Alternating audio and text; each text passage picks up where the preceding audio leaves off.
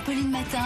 Expliquez-nous. Il est 7h54, bienvenue sur RMC. Margot Bourdin est avec nous pour tout nous expliquer comme tous les matins. Le Conseil constitutionnel, décision très attendue aujourd'hui.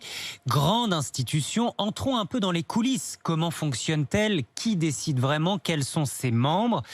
Qu'est-ce que c'est d'abord le Conseil constitutionnel dans notre démocratie, Margot? Alors c'est une vieille institution créée par le général de Gaulle en 1958, en même temps donc que la Constitution de la Ve République. Son rôle est très important, il doit vérifier que les lois respectent bien la Constitution.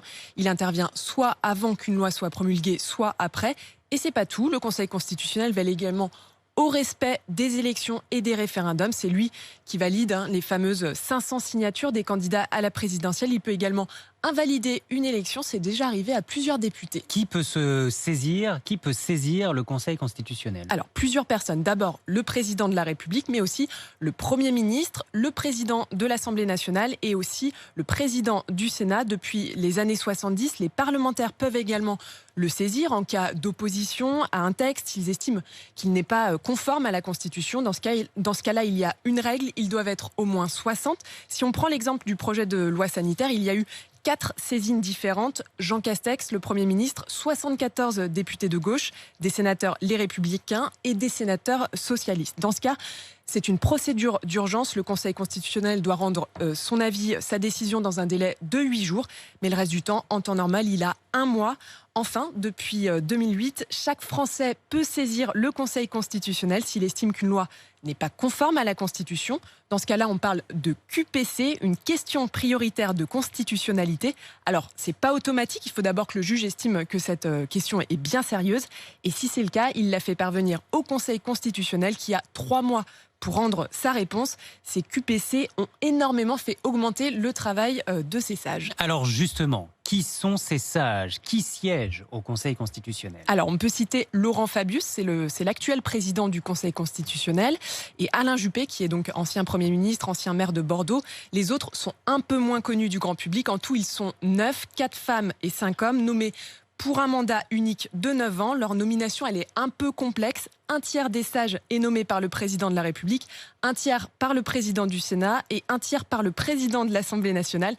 Et leur renouvellement l'est tout autant. Le Conseil est renouvelé par tiers tous les 3 ans. Alors parmi eux, il y a donc des anciens magistrats, des anciens préfets, des anciens ministres. Mais avoir une expérience dans le droit n'est pas obligatoire. C'est d'ailleurs une critique qui est souvent formulée à l'égard du Conseil constitutionnel. Mais rassurez-vous, ils ne sont pas tout seuls. Ils sont épaulés par un service juridique très costaud et des experts en droit. On l'imagine, certaines questions sont très pointues. Ils n'ont pas le droit d'exercer d'autres activités. Ils sont payés en moyenne 15 000 € par mois. À la fin des débats, ils doivent tous parler d'une seule et même voix. Oui, ils se réunissent en moyenne 2 fois par semaine. Ils étudient chaque point d'une loi qui fait l'objet d'un recours. Ça peut prendre 1, 2, 3 heures, voire toute une journée pour les textes qui sont très importants. Ce sera le cas d'ailleurs aujourd'hui. Exactement. Ils doivent vérifier que c'est conforme à plein de choses. La Constitution, la jurisprudence, le respect des libertés individuelles et collectives, le principe de l'égalité devant la loi. Le Conseil vote ensuite. Il faut la majorité des voix. Soit la loi est conforme, elle est donc validée, soit elle est non conforme, là, elle est censurée. Et dans ce cas-là, la loi, elle ne pourra jamais entrer en vigueur. Qu'est-ce qui sera validé? Qu'est-ce qui sera censuré aujourd'hui? Réponse à 17h. Le Conseil constitutionnel a déjà censuré de grands textes, Margot. Oui, ça a été le cas, par exemple, en 2009, le cas du projet de taxe carbone voulu par Nicolas Sarkozy.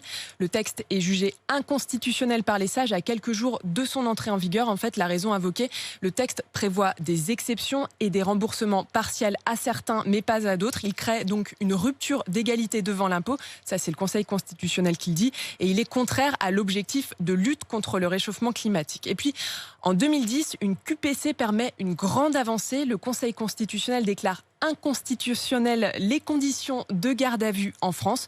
Le droit prive en fait tout gardé à vue de son droit de bénéficier de l'assistance d'un avocat. Un principe qui est pourtant ancré dans la Déclaration des droits de l'homme. Une réforme est donc demandée en 2011. Merci.